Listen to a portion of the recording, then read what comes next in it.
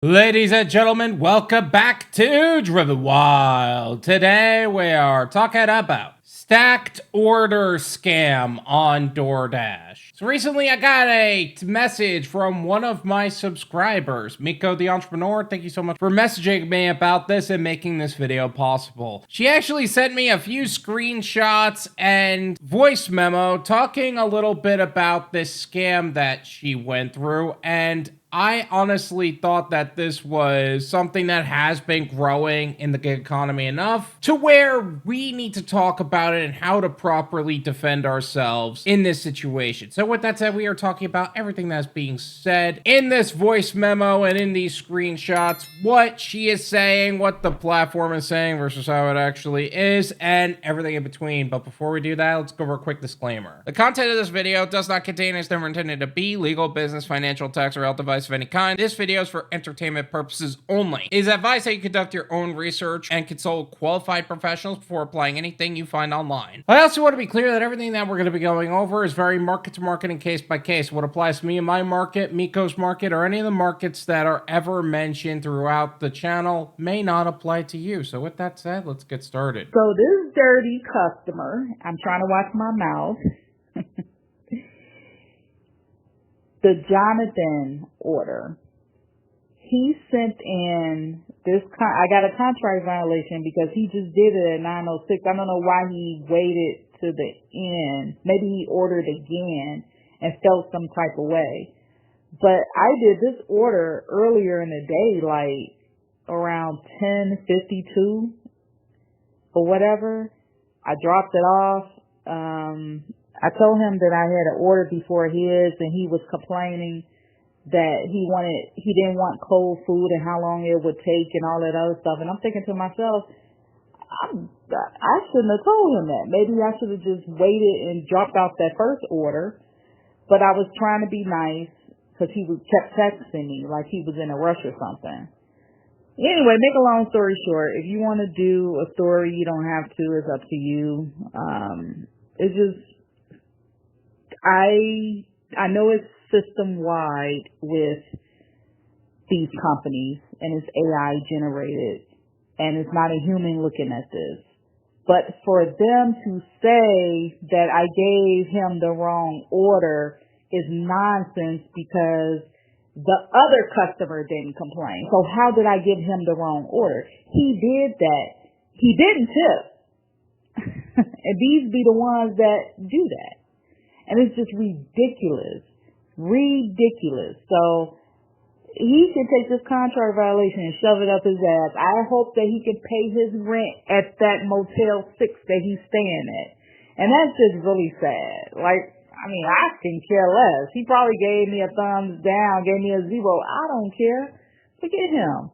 Like, it's just crazy how, like I said, I know it's system generated, that a customer can say whatever, and they just, here you go, contract violation.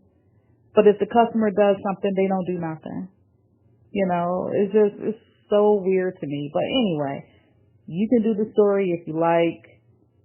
This customer got mad because he got cold food. I told him it wasn't cold, it was warm.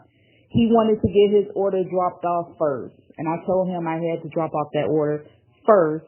The one that said, I ain't telling the 17 items. But it's just really weird to me. Like, for him to say that he got the wrong order so he can get a credit. Because he probably can't pay his rent or where he gonna live for the next week or a couple of days. I don't know how long he's staying at Motel 6 that's run down. But anyway, it's gonna come back to him. I'm sorry about this this audio text being long, but it's just weird how customers just do whatever. It's just, oh my gosh. I mean, I know his room number. I can go back to it, but I'm not that person. You know what I mean? I would never be that person.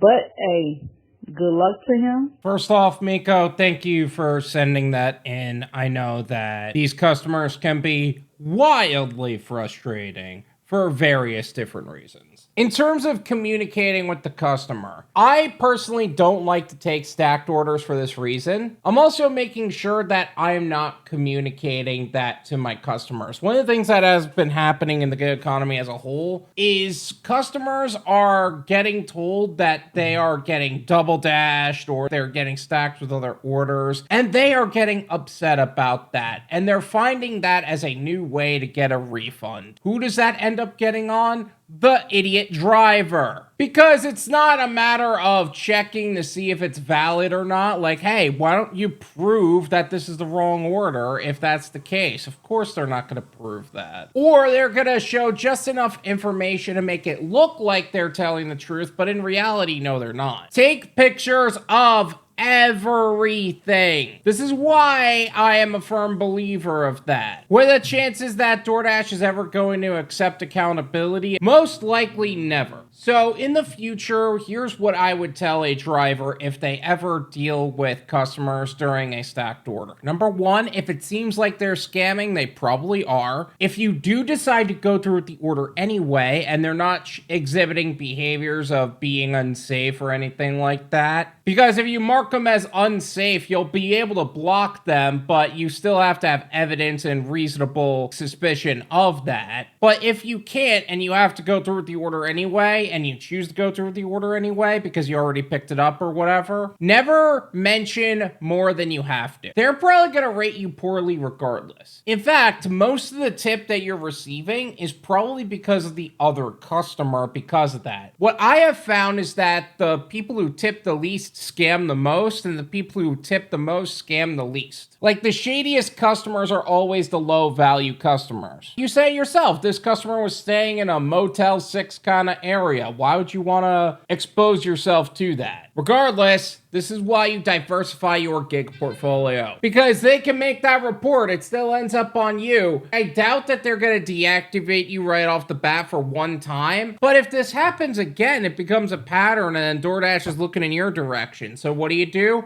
Make sure you're on Uber. Make sure you're on Grubhub. Make sure you're on all these other apps. I know that Zifty is pretty good in the Orlando area. Deliver that. Delivered. Stuff like that. I don't think I need to tell Mico, the entrepreneur, to develop an exit strategy. She's a content creator. She has a Patreon page. She has been on the channel a few times talking about ghost kitchens and is potentially opening up her own restaurant in the very near future. I haven't had too much conversation with her on that recently. But nevertheless, that is something that you should absolutely do to protect yourself from this kind of fraud on a broader level. And also make sure you're only accepting quality orders. I know that some people like their platinum levels, but I've never been a platinum level kind of person. I have found that Top Dasher has only been a scam, and my sweet spot when I was an active DoorDash driver was about 25%-ish. But that's just me. If you guys also would like to email me about things that are happening in the gig economy today, my email is drivenwyld@gmail.com. Feel free to email me there, and who knows, maybe you'll get a shout out in a video as well. Thank you guys for watching. I really appreciate it. Make sure to hit the like, subscribe. If you guys want to learn more about succeeding in the gig economy today, make sure to check out my website, drivenwyld.com, to learn more about what it takes to succeed as a gig worker and all the services we provide to gig workers as well as other businesses. Also, if you want to stay in the know of what's happening in the gig economy today, make sure to check out the Gone Wild Clips and Podcast channel, where we take all the live streams and cut them down to digestible clips and post them here on the channel. Also, make sure to check out my Patreon for exclusive clips and the full